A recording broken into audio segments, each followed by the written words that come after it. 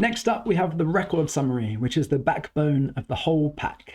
Whereas the clinical timeline that we just looked at was organized chronologically, the record summary is organized by medical topic. It's in proper medical terminology, so it reads fluently for someone that has medical training. And again, it's fully referenced back to the original GP record, so it's easy to verify any fact that you read. Here's the document open. Let's scroll down again to the contents page. So it starts with a patient profile. I'll let you see that briefly before coming back and looking at some of the other contents.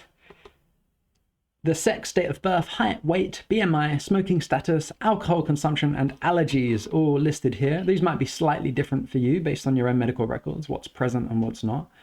And also these values, we can see later in the pack that you can see the trends in all of these. So biometric trends.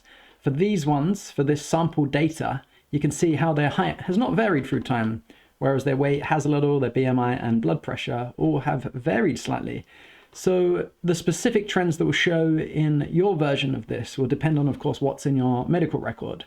And where possible, it will show them as a table. For instance, here, well, I won't go into that one in detail. Again, we have the clinical relationships and safety information. And finally, let's have a look at the discrepancies and notes. So your GP record has been created by dozens of people over decades, adding data in every time that you're present, taking recordings.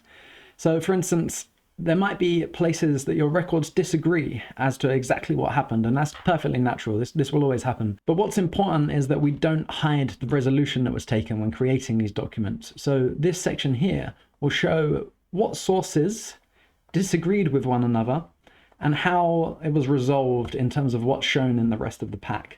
So this is making a claim about which of these facts is more likely to be accurate. So we recommend that when you get your pack, you should take a look at this discrepancy section and make sure that all of the resolutions which were taken when building your pack are accurate and that the source selected is the correct one.